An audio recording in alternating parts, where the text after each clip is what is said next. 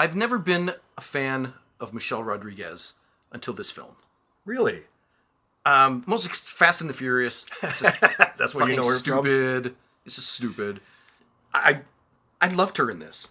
I did too. And I'm trying to make sure it's not just my fetish for buff Amazon chicks.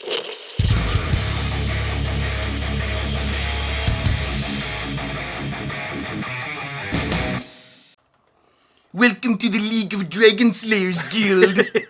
Everybody have your D20s? Let's play D&D.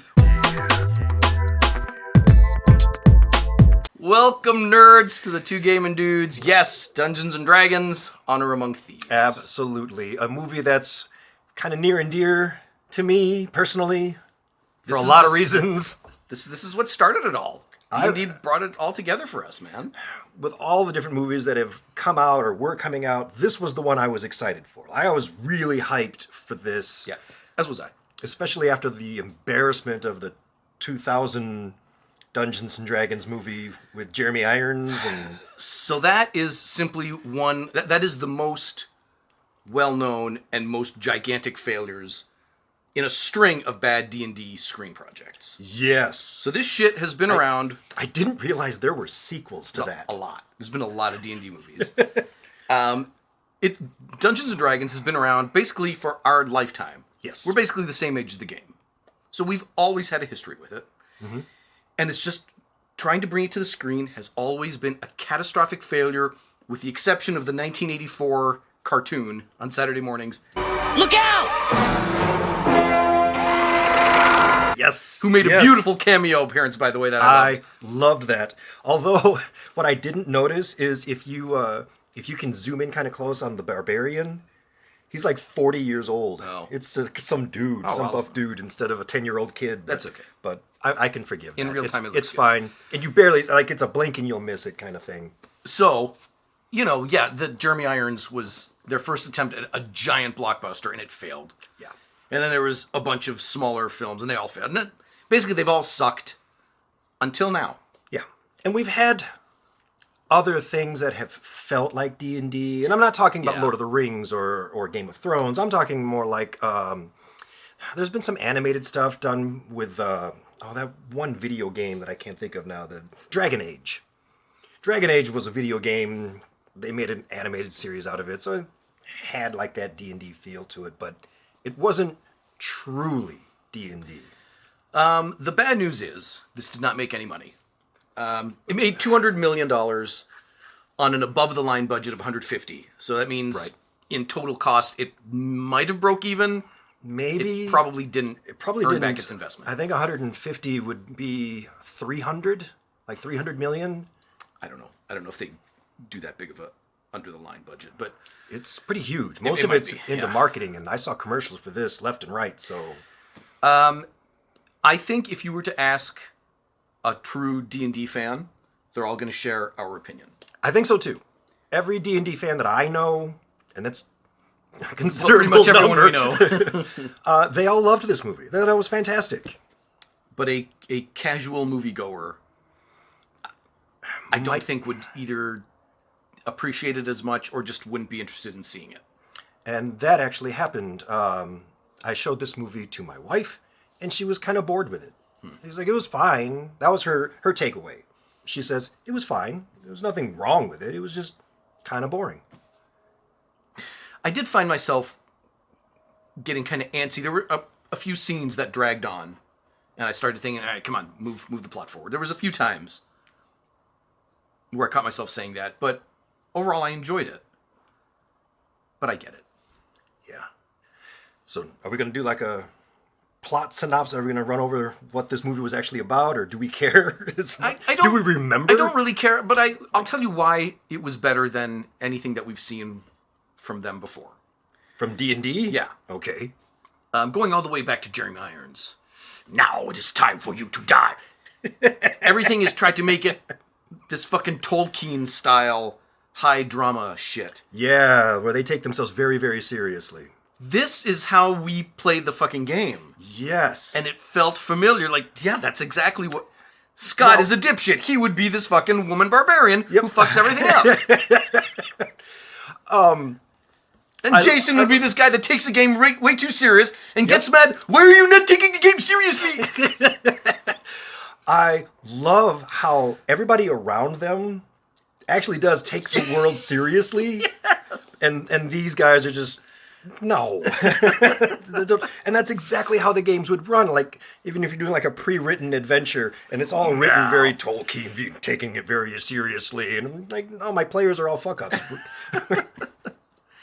I want to go to the bar and sexually harass the barmaid. The village is being attacked by dragons. Is she wearing a low-cut dress? God damn it!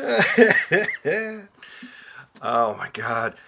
So if you've ever played D&D, like, it's really easy to go through and know which one of your friends is playing which character.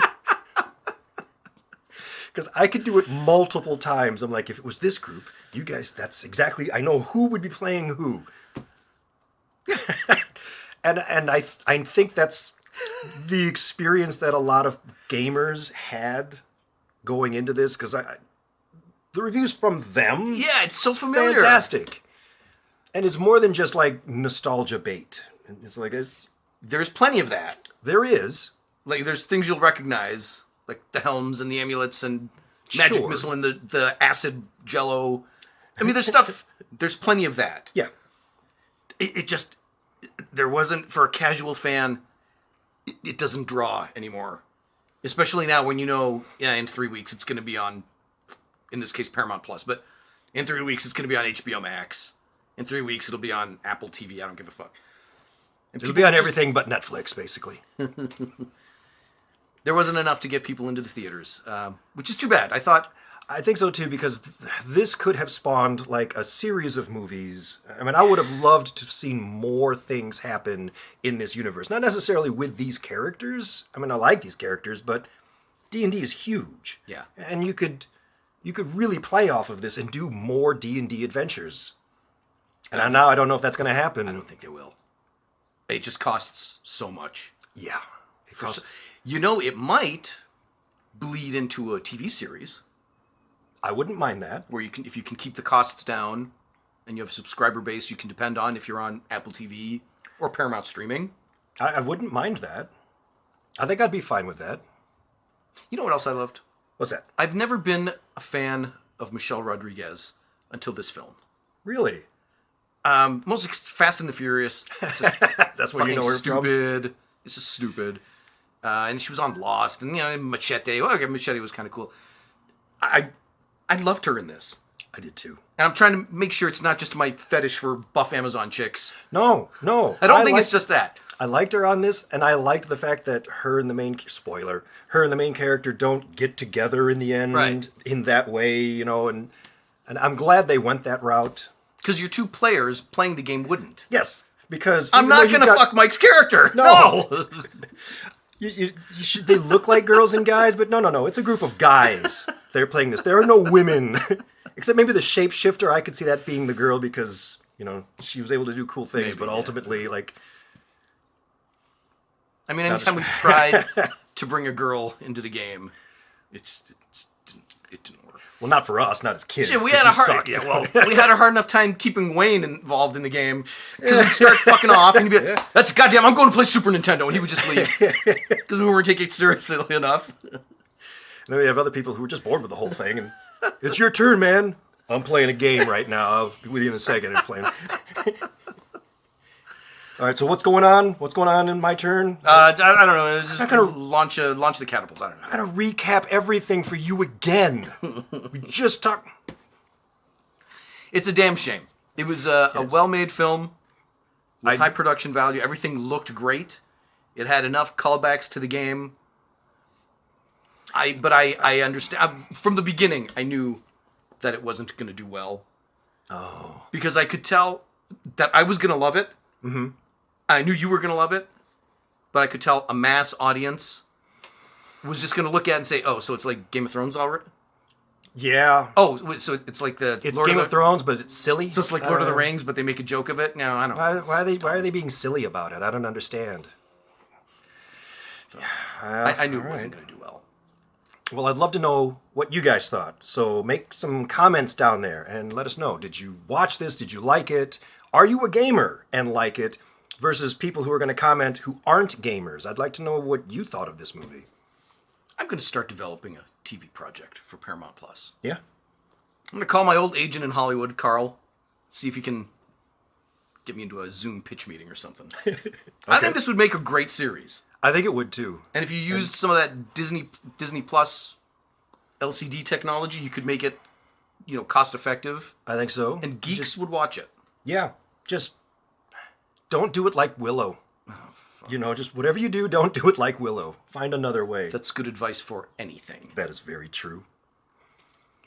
All right, then. Never do it like Willow. And for those of you who saw Willow and are concerned, this is nothing like Willow. No. Willow tried to be this. Yes. They just failed at Miserably. every step.